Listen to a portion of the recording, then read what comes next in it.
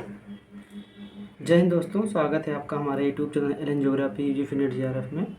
Friends, जैसा कि आप जानते हैं हम लोग अपने नए प्रोग्राम जिसमें हम लोग बात करेंगे जो आपका ज्योग्राफी में 10 यूनिट्स हैं, उस 10 यूनिट्स में प्रत्येक यूनिट से प्रत्येक जो उसमें टॉपिक मेंशन किया गया है, किस टॉपिक से कितने क्वेश्चन आए हुए हैं, उसी पे अभी तक हम लोग बात कर रहे हैं। अभी तक हम लोगों ने लगभग जो है 4 यूनिट को कवर कर लिया है। ठीक है, हमने जो है इसके पहले जो मॉर्फोलॉजी को देखा, क्लाइमेटोलॉजी को देखा, उष्णोग्राफी को देखा और साथ ही साथ क्लास में हमने जियोग्राफिकल थॉट को भी देखा था। ठीक है, तो आज हम उसी क्रम में आगे बढ़ेंगे और आज हम लोग ये कि बेहद ही इम्पोर्टेंट टॉपिक जो आपकी न केवल आपके सब्जेक्ट ज्योग्राफी के लिए जो है इम्पोर्टेंट है, बल्कि जो आपका कॉमन पेपर है, ठीक है, उसमें भी जो एक यूनिट है इन्वायरमेंटल, ठीक है, साइंस या इन्वायरमेंटल ज्योग्राफी या जो इन्वायरमेंट है उस पर केवल इन्वायरमेंट लिखा हुआ गया है, तो हम लोग यहाँ पर उसको इन्वायरमेंटल ज्योग्राफी बोलेंगे, पर्यावरणीय भूगोल बोलेंगे। तो आज हम लोग इन्वायरमेंटल ज्योग्राफी से जो है किस टॉपिक से क्वेश्चन आपके एग्जाम में पूछे गए हैं, कितने क्वेश्चन पूछे गए हैं 2010 से अभी तक 2023 में जो आपका जून वाला पेपर हुआ है वहाँ तक के। ठीक है, तो उन सारे जो है पहलुओं पे हम लोग बात करेंगे।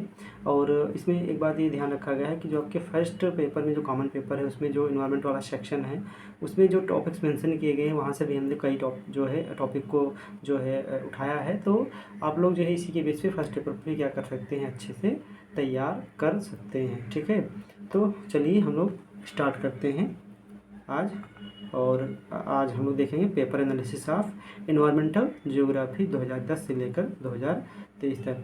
हमने यहाँ पे ये जो टॉपिक मेंशन किए हैं, ठीक है, इतने ही टॉपिक को आपको ज्योग्राफी में इन्वायरमेंट वाले यूनिट में क्या करना है, अच्छे से रेडी करना है। अभी हम इसमें एक एक यूनिट पे जो है अच्छे से डिस्कस करेंगे कि आपको किस यूनिट में किस डायमेंशन को आपको क्या करना है, ध्यान में रखना है। ठीक है, तो चलिए हम लोग स्टार्ट करते हैं। हमारा जो पहला टॉपिक है वो है इकोसिस्टम एंड इकोलॉजी। ठीक है, इकोसिस्टम यानी पारिस्थितिकी तंत्र एवं इकोलॉजी को हिंदी में बोलते हैं पारिस्थितिकी। यहाँ तक अभी इसे दोनों टॉपिक को मिलाया जाए तो यहाँ इन दोनों टॉपिक से विभिन्न आयामों पे लगभग 15 क्वेश्चन अभी आपके एग्जाम में पूछे गए हैं। ठीक है, तो अब आपको इकोसिस्टम और इकोलॉजी में पढ़ना क्या है, तो फर्स्ट ऑफ ऑल पहले आपको ये तैयार रखना है इसमें कि इकोसिस्टम और इकोलॉजी का जो टर्म है वो किसने दिया। जैसे इकोसिस्टम की बात किया जाए तो आपके जो है जो एक बहुत जाने माने जो इकोलॉजिस्ट हैं, ठीक है, जो है उन्होंने इकोसिस्टम को 1935 में एजी टांसले जिनका नाम था, उन्होंने इस शब्द का प्रतिपादन किया था। और जो इकोलॉजी है, ठीक है, वो अर्नेस्ट हैकल ने इस शब्द को दिया था। इकोसिस्टम का मतलब क्या होता है, कई बार एग्जाम में आपके पूछा गया है कि इकोसिस्टम को डिफाइन किया गया है या आपसे पूछ लिया गया है एक इकोसिस्टम की डिफिनीशन दे दी गई, 4 ऑप्शन दिया गया, पूछा गया कि किसकी परिभाषा है, इकोसिस्टम क्या होता है, इकोलॉजी क्या होती है। इकोसिस्टम में आपको थोड़ा सा डीप जाना पड़ेगा कि जो आपके इकोसिस्टम के कंपोनेंट हैं, ठीक है, बायोटिक कंपोनेंट, एबायोटिक कंपोनेंट और आपका जो एनर्जी सेक्शन है। ठीक है, अब बायोटिक में भी जो आपका है वो उसमें भी आपको जाएंगे, ठीक है, जिसमें हर्बीवोरस है, ठीक है, कार्निवोरस है, ओमनीवोरस है। अब हर्बीवोरस में किसको शामिल करेंगे, उसमें जो है ऑटोट्रोफ भी होते हैं, ठीक है, जो स्वयं अपना क्या करते हैं, भोजन बनाते हैं, जैसे आपके क्या हो गए पेड़ पौधे, और कुछ जीव होते हैं जैसे आपके एल्गी हो गया, आपका कोरल हो गया। तो ये जो आपका इकोसिस्टम है, इकोसिस्टम में थोड़ा सा डीप में आपको स्टडी करना पड़ेगा। जैसे मैंने आपको बताया इसके जो कंपोनेंट है, खासकर कंपोनेंट में जो बायोटिक वाले कंपोनेंट है जी, और उसके बाद आपका जो एबायोटिक है उसमें तो एवरीथिंग जो नॉन लिविंग थिंग्स वो शामिल होती हैं।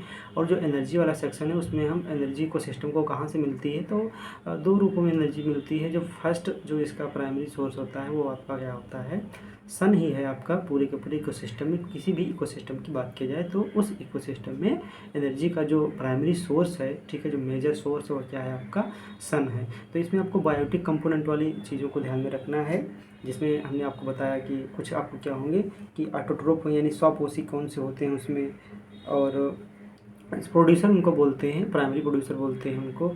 और उसके बाद में हर्बीवोरस कौन से होते हैं, कार्निवोरस कौन से होते हैं, ओमनीवोरस कौन से होते हैं। इसमें कई बार यहाँ से आपके एग्ज़ाम में क्वेश्चन पूछा गया है, तो इसको आपको क्या करना है, जो है अच्छे से ध्यान में रखना है। दूसरा जो यहाँ इकोसिस्टम से क्वेश्चन पूछा गया है वो आप थोड़ा सा हम यहाँ जब देखेंगे, ठीक है, तो इसमें हम एक टॉपिक है बायोम। तो बायोम आपको अच्छे से पढ़ लेना है, यहाँ पर हम उसको मेंशन करना भूल गए हैं।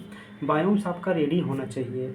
बायोम्स में क्या ध्यान रखना है आपको कि बायोम्स जो है कि डेफिनेशन अच्छे से आपको रेडी होनी चाहिए, समझ होनी चाहिए कि बायोम्स होते क्या हैं, और जो वर्ल्ड लेवल पे इसको जो डिवाइड किया गया है जितने भी प्रकार के बायोम्स को, प्रत्येक बायोम्स की क्या करनी है आपको विशेषताएं यानी करेक्टरिस्टिक्स याद रखनी है।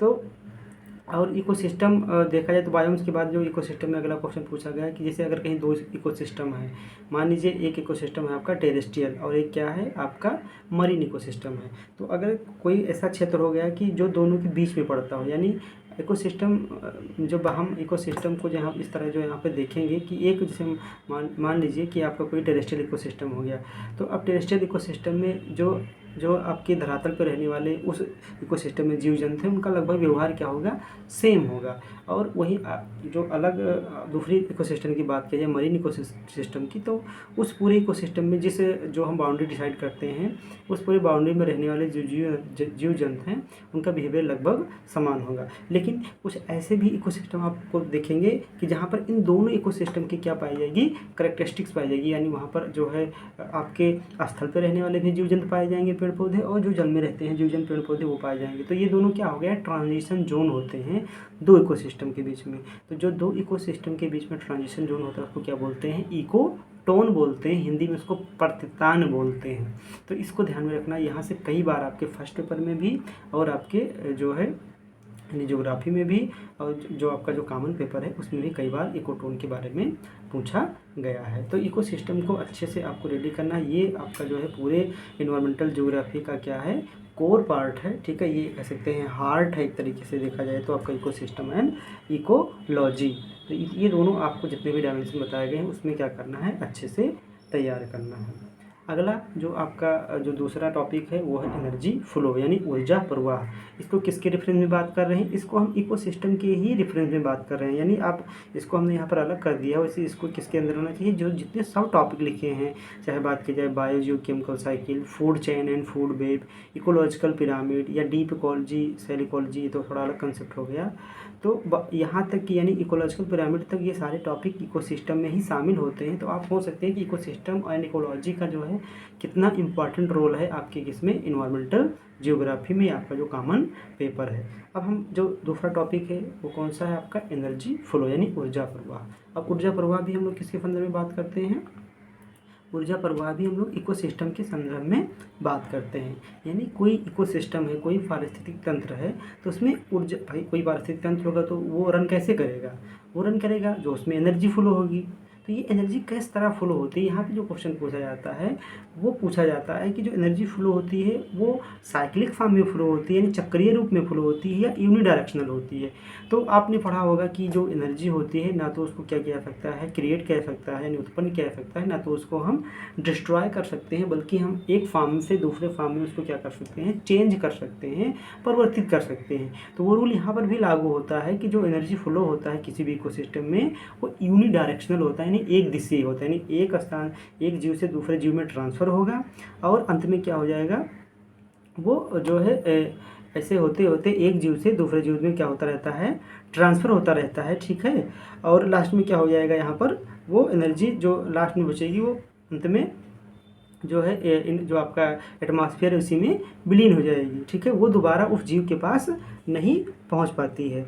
तो जो ये बात किया जाता है एनर्जी फ्लो का, यहाँ से इसी प्रकार से क्वेश्चन पूछा गया है आपके एग्जाम में कि जो एनर्जी फ्लो होता है वो यूनिडायरेक्शनल होता है यानी एक दिशीय होता है या साइक्लिक होता है, चक्रीय होता है। तो आपको क्या लगाना है ऑप्शन, एनर्जी फ्लो जो होता है वो यूनिडायरेक्शनल होता है। और दूसरा बात, यहाँ पर एक ज्योग्राफर थे जिसका नाम था लिंडमान, ठीक है, या लिंडनमान कहीं पर लिखा जाता है, उन्होंने 10% यानी 10% का नियम दिया था, यानी कहीं पर जो एनर्जी अगर बनती है तो वहाँ से पेड़ पौधे ने एनर्जी बनाई तो वहाँ पर 100% हुआ, उसको अगर बकरी ने खाया तो उस 100% का उस बकरी के अंदर 10% जाएगा। अगर उस बकरी को कोई शेर खाता है, ठीक है, यानी उसको कंजप्शन करता है तो उस शेर के अंदर जो 10% बकरी के अंदर आता है 10% आप निकालेंगे तो 1% शेर के पास आया। लास्ट में जो उसको खाएगा उसको, यानी जैसे जैसे आप स्वपोषी से यानी जो ऑटोट्रोफ हैं उस लेवल से अगर आप ऊपर बढ़ेंगे, जैसे जैसे आप मांसाहारी की तरफ जाएंगे तो जो एनर्जी होती है, जो उसका जो रिडक्शन होता है, क्षय होता है, ठीक है, वो क्या होता रहता है, 10% की तरफ यानी बढ़ता रहता है, यानी कम एनर्जी प्राप्त करेगा। जैसे जैसे आप शाकाहारी से मांसाहारी यानी स्वपोषी से मांसाहारी की तरफ बढ़ेंगे वैसे वैसे एनर्जी की जो होगी उसको मिलने वाली वो क्या होती जाएगी, कम होती जाएगी। इसको कहते हैं ऊर्जा ह्रास नियम, जिसमें 10% का नियम भी बोलते हैं, जिसको लिंडमान ने दिया था। तो ये भी बात आपको यहाँ पर ध्यान रखनी है। अगला है बायो जियो केमिकल साइकिल, यानी जैव भू रासायनिक चक्र। ठीक है, अब जैव भू रासायनिक चक्र क्या होता है, जैसे भी आपने ऊपर बात की एनर्जी की, तो एनर्जी इनको सन से मिलती है। साथ ही साथ जो जीव जंतु होते हैं किसी भी इकोसिस्टम को रन कराने के लिए उनको न्यूट्रिएंट्स की ज़रूरत भी होती है, यानी जो पोषक तत्व होते हैं, फास्फोरस हो गया, ऑक्सीजन हो गया, नाइट्रोजन हो गया। तो ये जो चक्र होते हैं, सॉरी, ये जो आपके जो न्यूट्रिएंट्स होते हैं, पोषक पदार्थ होते हैं, तो ये पोषक पदार्थ जो होते हैं वो इनमें किस तरीके से रन करते हैं आपके किसी भी इकोसिस्टम में, उसी की बात यहाँ पर क्या हो रही है कि इसी को जो आपका ये टॉपिक है बायो जियो केमिकल साइकिल, उसी को हम इसमें क्या करने वाले हैं, देखने वाले हैं कि जो न्यूट्रिएंट्स का जो फ्लो हो रहा है आपके किसी भी इकोसिस्टम में, वो यूनिडायरेक्शनल होना यानी एक दिशीय हो रहा है या साइक्लिक हो रहा है। तो यहाँ आंसर क्या है, यहाँ आंसर है साइक्लिक, जैसे कि साइकिल लगा हुआ है। यानी आपको इसमें क्या पढ़ना है, कुछ न्यूट्रिएंट, कुछ जो है बायो जियो केमिकल साइकिल है, जैसे हम नाम लेंगे तो नाइट्रोजन का लेंगे। ठीक है, नाइट्रोजन साइकिल हो गया, ऑक्सीजन साइकिल हो गया, कार्बन डाइऑक्साइड साइकिल हो गया। ठीक है, और एक आप देखना चाहें तो लास्ट में फास्फोरस को देख सकते हैं, वरना इसको स्किप कर सकते हैं। तो नाइट्रोजन और कार्बन डाइऑक्साइड जो आपके मुख्य हैं, तो इनका जो है किसी भी इकोसिस्टम में साइकिल, इनका जो चक्र है वो कैसे होता है, कहाँ से स्टार्ट होते हैं और कहाँ पे जाकर क्या हो जाते हैं, ख़त्म हो जाते हैं। यानी जैसे अगर ये मिट्टी से पेड़ पौधे ने न्यूट्रिएंट्स को लिया, नाइट्रोजन को लिया, क्योंकि जो पेड़ पौधे होते हैं डायरेक्ट जो है एटमॉस्फेयर से नाइट्रोजन नहीं ले पाते हैं, तो कुछ जो है क्या होते हैं, जीव जंतु होते हैं जो नाइट्रोजन का फिक्सेशन यानी स्थिरीकरण का कार्य करते हैं। तो वो जीव जंतु पहले क्या करेंगे कि नाइट्रोजन को फिक्स करेंगे, उसको कन्वर्ट करेंगे, और उसको कन्वर्ट करने के बाद क्या करेंगे, जो पेड़ पौधे हैं उसको नाइट्रोजन उनको मिलेगा नाइट्रेट के फॉर्म में, अमोनिया के फॉर्म में। उसके बाद पेड़ पौधे से हम, यानी जो मानव है, जो जीव जंतु हैं, वो क्या करेंगे, उस पेड़ पौधे की पत्तियों को, टहनियों को खाते हैं, जैसे हम लोग जो है जो कोई भी फसल खाते हैं तो उसमें जाएगा। अब वो कोई जीव जंतु, जैसे मान लीजिए शेर खाया, जो है बकरी खाई पत्ती को, अब पत्ती जो है उससे नाइट्रोजन बकरी में गया, बकरी से क्या हुआ, बकरी को शेर खाया तो नाइट्रोजन शेर को प्राप्त हो गया। उसके बाद जब शेर की मृत्यु हुई तो ये पुनः क्या हो गया, धरातल में चला गया। तो ये क्या हो गया, एक साइकिल बन गया। इसीलिए ये क्या, इसका जो नेचर होता है वो क्या होता है, चक्रीय होता है। यानी जो अगर न्यूट्रिएंट्स का इकोसिस्टम में फ्लो देखेंगे तो वो चक्रीय होगा, लेकिन एनर्जी का देखेंगे तो वो क्या होगा आपका, वो आपका क्या होगा, वो आपका यूनिडायरेक्शनल होगा, एक दिशीय होगा। तो ये जो आपको नाइट्रोजन बताया गया, जो आपको कार्बन डाइऑक्साइड बताया गया, इन दोनों को आपको क्या करना है, ध्यान में रखना है। यहीं से आपके एग्जाम में यहाँ से क्वेश्चन आए हुए हैं। अगला है आपका food chain and food web. यहाँ से लगभग 7 से 8 क्वेश्चन आपके एग्जाम में पूछे गए हैं अभी तक। तो food chain and food web ये इकोसिस्टम का पार्ट है, यानी खाद्य श्रृंखला और खाद्य जाल। तो खाद्य श्रृंखला और खाद्य जाल से जो क्वेश्चन पूछता है वो आपको 4 जीव दे दिएगा। ठीक है, और उस जीव में पूछेगा कि बताइए कि कौन सा जो है इसमें जो है जो एक खाद्य श्रृंखला बनती है वो सही है या गलत है। तो इसमें पहली बात जानेंगे फूड चेन क्या होता है। फूड चेन में क्या होता है कि जो विभिन्न प्रकार के जीव जंतु होते हैं वो एक जो है क्या करते हैं कि अगर एक जीव दूसरे जीव से जुड़ा है, दूसरा जीव जो है उसके अगले जीव से जुड़ा है, यानी जैसे अगर देखा जाए तो पेड़ पौधा है, पेड़ पौधे को बकरी के बाद बकरी को शेर खाया, या बकरी के बाद उसको जो है कोई ऐसा जानवर खाता है, उसके बाद मनुष्य खाया उसको, तो ये क्या हुआ, ये एक चेन बन गया। इसी को क्या बोलते हैं, फूड चेन बोलते हैं। लेकिन अगर वहीं पर बात किया जाए कि किसी भी इकोसिस्टम में बहुत सारे जीव जंतु हैं, यानी जब आपका जो खाने का स्रोत है वो बढ़ जाए, यानी जो सोर्स है आपका, यानी कहीं पर बहुत प्रकार के पेड़ पौधे हैं, बहुत प्रकार के जो उस प्राइमरी जो है जो आपके प्रोड्यूसर हो गए, यानी वहाँ पर भेड़ भी है, बकरी भी है और कुछ शाकाहारी जीव है। उसके बाद आपको जो मांसाहारी हो गया तो वो क्या हो गया, पहले उसको जैसे एक शेर था तो बस उसको केवल एक बकरी खाने को मिलती थी, लेकिन यहाँ पर उसको बकरी भी खाने को मिल रहा है।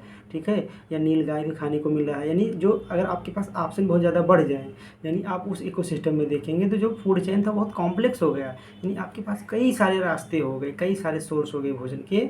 तो इस प्रकार का जो चेन बनता है उसको बोलते हैं फूड वेब। यानी जब फूड चेन काफ़ी कॉम्प्लेक्स हो जाए, जटिल हो जाए, यानी आपके पास जो कोई भी जीव जंतु हैं उसके पास बहुत मोर देन वन, यानी एक से अधिक ऑप्शन हो जाएं, भोजन प्राप्त करने के रास्ते हो जाएं, तो उसको क्या बोलते हैं, फूड वेब बोलते हैं। यहीं से क्वेश्चन आपके एग्जाम में यहाँ से क्या किया गया है, पूछा गया है। तो ये बातें आपको क्या करनी है, ध्यान में रखनी है कि फूड चेन क्या होता है और फूड वेब क्या होता है। अगला जो आपका इंपॉर्टेंट टॉपिक है वो है इकोलॉजिकल पिरामिड। इकोलॉजिकल पिरामिड कुछ नहीं है, किसी भी इकोसिस्टम में जो आपके उत्पादक हैं यानी जो प्रोड्यूसर हैं, उसके बाद में जो आपके जो शाकाहारी हैं, शाकाहारी में भी 2-3 तरह के होते हैं, फिर जो मांसाहारी होते हैं और जो सर्वाहारी होते हैं, इन्हीं सबको अगर हम एक जो है क्या कहते हैं, अगर इनका जो संबंध है, अंतर संबंध है सभी जीवों का, शाकाहारी हो, मांसाहारी, सर्वाहारी हो, ओमनीवोरस हो, तो इनको अगर हम किसी पेपर चार्ट पे प्लॉट करते हैं तो हमारे सामने एक चित्र उभर कर आता है, उसी को बोलते हैं पिरामिड बोलते हैं। ये 3 प्रकार के होते हैं, एक जो है नंबर पिरामिड होता है, एक बायोमास पिरामिड होता है, एक एनर्जी पिरामिड होता है।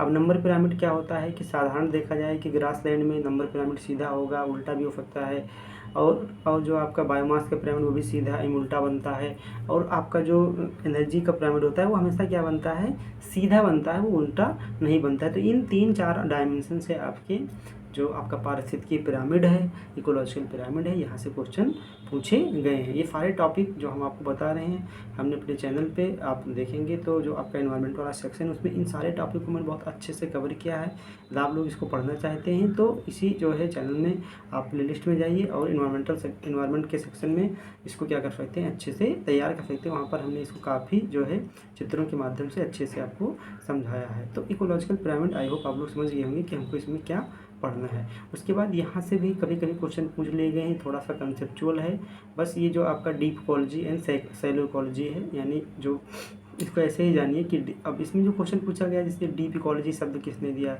तो अर्नेस्ट नीस ने दिया था डीप इकोलॉजी शब्द। और डीप इकोलॉजी के बाद जो ये इसका कंसेप्ट क्या है और फैलो इकोलॉजी का कंसेप्ट क्या है, ये कई बार आपके एग्जाम में फर्स्ट पेपर में भी पूछा गया है जो आपका कॉमन पेपर है। तो डीप इकोलॉजी ये कह रहा है, पहले हम बात जानेंगे कि शैलो इकोलॉजी क्या कहता है।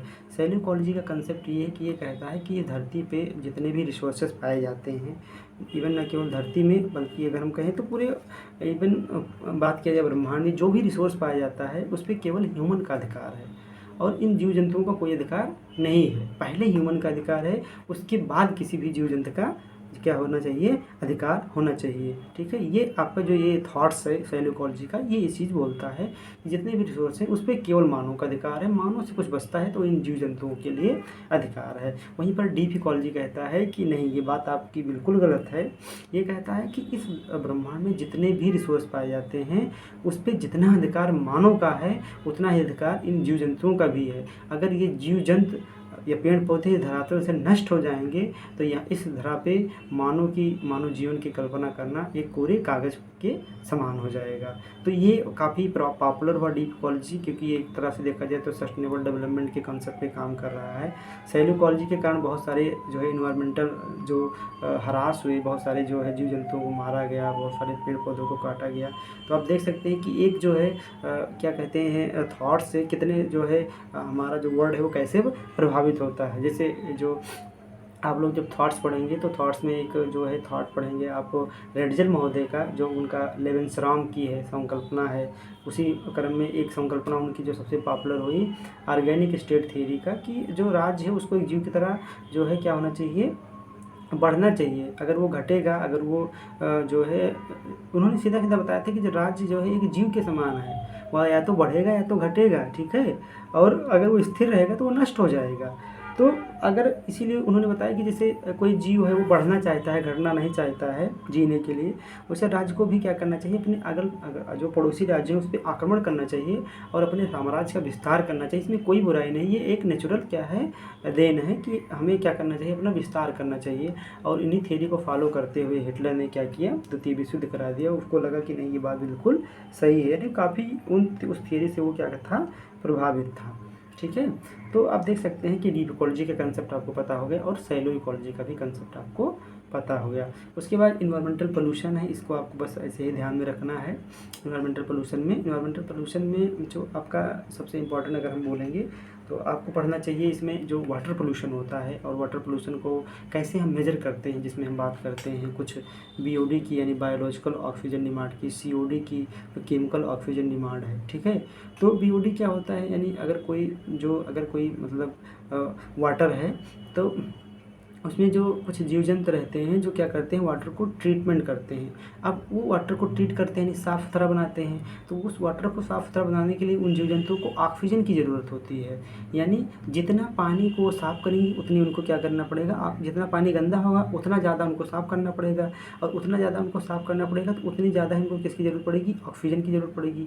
तो अगर किसी भी जो है तालाब में या किसी भी नदी में बीओडी अगर बढ़ रहा है तो इसका मतलब क्या है कि वहाँ का पानी ज़्यादा गंदा हो रहा है। क्यों? क्योंकि बीओडी बढ़ने के मतलब जो वो जीव जंतु हैं उनको ज़्यादा मेहनत करनी पड़ रही है, यानी उनको ऑक्सीजन डिमांड जो है उनकी क्या हो जाती है, लगातार बढ़ती जाती है। तो बीओडी ज़्यादा हो गया, तो बीओडी ज़्यादा हो गया इसका मतलब वो नदी क्या हो गई, प्रदूषित होगी। एक लेवल होता है, अब आप लोग को देखना है कि कितना लेवल होता है, कितना हमें ज़रूरत है, तो वो सही माना जाएगा कब वो लेवल बीओडी बढ़ेगा।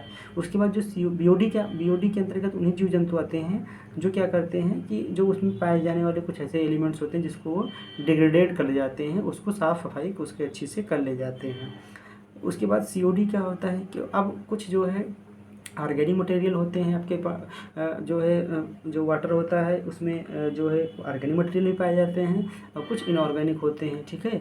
तो जो केमिकल ऑक्सीजन डिमांड का मतलब है, जो इनऑर्गेनिक मटेरियल होते हैं, कुछ ऐसे जीव होते हैं जो क्या करते हैं कि जो इनऑर्गेनिक मटेरियल होते हैं उसको भी क्या करते हैं कि उसको वो खा लेते हैं और आपका जो जल होता है वो स्वच्छ हो जाता है। तो इनको ज़्यादा ऑक्सीजन की ज़रूरत पड़ती है क्योंकि इनऑर्गेनिक मटेरियल को क्या करते हैं, ट्रीट करते हैं, उसको हटाते हैं और पानी को स्वच्छ रखते हैं। तो इनके जो डिमांड होती है उसको केमिकल ऑक्सीजन डिमांड बोलते हैं। जैसे कहीं पर ऑयल स्पिल हो गया, तो ऑयल स्पिल क्या है, ऑयल स्पिल को साधारण जीव जंतु नहीं जो है ख़त्म कर पाएंगे वहाँ पर, तो उसको विशेष कुछ जीव होंगे जो उसको ख़त्म करेंगे, या इससे भी जो है कोई ऐसा रसायन है, ठीक है, बहुत सारे रसायन होते हैं, तो इसको बोलते हैं केमिकल ऑक्सीजन डिमांड। अब ये बात हमेशा आपको ध्यान रखना है कि कहीं पर भी बीओडी और सीओडी का मान रहेगा तो हमेशा जानिएगा कि सीओडी का मान ज़्यादा रहेगा किसकी तुलना में, बीओडी की, क्योंकि सीओडी क्या है, सीओडी को केमिकल ऑक्सीजन डिमांड है, यानी इनको ज़्यादा ऑक्सीजन चाहिए और बीओडी और जीव जंतुओं को कम ऑक्सीजन चाहिए। तो ये आपके एग्जाम में कई बार पूछा गया है, जो आपका कॉमन पेपर है और जो आपका सब्जेक्ट वाला पेपर है, कि बीओडी क्या होता है, सीओडी क्या होता है, क्या बीओडी ज़्यादा बड़ा का मान ज़्यादा होता है सीओडी का। तो हमेशा आपको ध्यान रखना है सीओडी का मान ज़्यादा ही होगा बीओडी की तुलना में। तो पोल्यूशन में हम आपको जो है आपको पढ़ना चाहिए, एयर पोल्यूशन भी पढ़ना चाहिए, वाटर पोल्यूशन भी पढ़ना चाहिए, लेकिन वाटर पोल्यूशन पे आपको ज़्यादा फोकस करना चाहिए कि नदियाँ प्रदूषित हो रही हैं, क्यों प्रदूषित हो रही है, गंगा नदी के बारे में थोड़ा सा आपको जानना चाहिए। अब इसके आगे देखें तो एक अगला जो इम्पोर्टेंट टॉपिक है जो आपका दोनों भी पेपर के लिए, कॉमन पेपर के लिए और आपके ज्योग्राफी के लिए, उसमें आपको पढ़ना है अर्थ समिट यानी पृथ्वी सम्मेलन।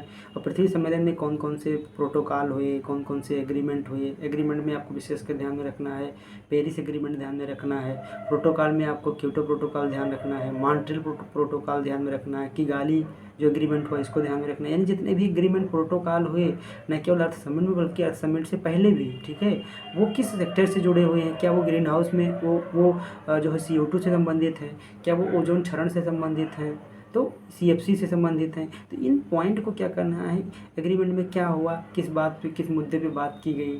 और इसी में एक आता है जो है कॉप, जो कॉप की जैसे इस बार जो बैठक कॉप की कहाँ हुई, उसमें कुछ ऐसे मुद्दे सामने निकल के आए। तो ये आपका फर्स्ट पेपर के लिए बहुत ही इंपॉर्टेंट हो जाता है, जो आपका इन्वायरमेंट वाला सेक्शन है। और सब्जेक्ट के लिए तो इम्पॉर्टेंट है ही। देख सकते हैं आपकी लगभग जो है इकोसिस्टम एंड इकोलॉजी के बाद जो सबसे अधिक क्वेश्चन पूछे गए हैं आपके एग्जाम में वो इसी टॉपिक से पूछे गए, अर्थ समिट वाले टॉपिक से। इसमें प्रोटोकॉल से जितने प्रोटोकॉल हुए और एग्रीमेंट हुए, तो यहाँ तक आपको क्या करना है, ध्यान में रखना है। यहाँ पर जो है मौजूदा फाइल में भी क्वेश्चन दिया गया है और स्टेटमेंट में भी क्वेश्चन दिया गया है। अगला टॉपिक है वो है आपका मूवमेंट यानी इन्वायरमेंटल मूवमेंट, जो पर्यावरणीय क्या हुए हैं, आंदोलन हुए हैं। ये आपको बहुत अच्छे से, इसमें कुछ नहीं करना है, जितने भी आज तक पर्यावरणीय आंदोलन हुए हैं आपको प्रीवियस ईयर उठाना है, सारे को एक जगह नोट करके अच्छे से क्या करना है, तैयार कर लेना है। जैसे आपका जो है मूवमेंट की बात किया जाए, नर्मदा बचाओ मूवमेंट, तो अब इसमें क्या ध्यान रखना है कि इस मूवमेंट को किसने स्टार्ट किया और ये इसी मूवमेंट जो है किससे रिलेटेड है। जैसे नर्मदा बचाओ आंदोलन है, फिर नर्मदा रिवर से यानी जो नर्मदा नदी पे जो बांध बनाया जाना था, तो उस डैम की ऊंचाई बढ़ाने वाले थे, तो एक जो है आपके पर्यावरणविद थी, उन्होंने बहुत इसका ड्रॉबैक बताया गवर्नमेंट को, बहुत सारे प्रोटेस्ट हुए, बाद में उसकी बांध को जो है उनकी बात को नहीं माना गया, कुछ बात मानी गई, कुछ उनकी बातें नहीं मानी गई। रैली फॉर वैली हो गया, जो आपका जो एक जो है मूवमेंट हुआ था उसके अंदर का एक प्रोग्राम था रैली फॉर वैली। उसके बाद में जो आपका जो है केरला में जो मूवमेंट हुआ, और बहुत सारे ऐसे मूवमेंट हुए हैं इंडिया में चिपको मूवमेंट हुआ। तो इन सारे मूवमेंट के मुद्दे याद रखने हैं और कुछ जो है लीडर, उसमें जो लीडरशिप किया है उन लीडर के नाम याद रखने हैं। तो ये जो है साइलेंट वैली मूवमेंट जो केरल में हुआ था, और ऐसे कई मूवमेंट आपको इन्वायरमेंटल मूवमेंट मिल जाएंगे। तो इनको क्या करना है, इसमें 2 पॉइंट ध्यान रखना है, ये इसका संबंध किससे नहीं, इसकी किस थीम से रिलेटेड है। उसके बाद क्या कोई इसमें स्लोगन बोला गया जैसे रैली फॉर वैली, और इसमें कौन कौन से प्रमुख लीडर हुए हैं। बस ये ध्यान रखना 3 डायमेंशन को। और मूवमेंट वाले सारे क्वेश्चन आपके फर्स्ट पेपर में जो आपका कॉमन पेपर है और सब्जेक्ट में, यहाँ दोनों में क्या कर सकते हो, उसको अच्छे से आप कर सकते हो। उसके बाद जो आपका अगला इम्पॉर्टेंट टॉपिक है वो आपका है green house gases. Green house gases ये आपके इन्वायरमेंटल ज्योग्राफी से ज़्यादा इंपॉर्टेंट आपके कॉमन पेपर के लिए है।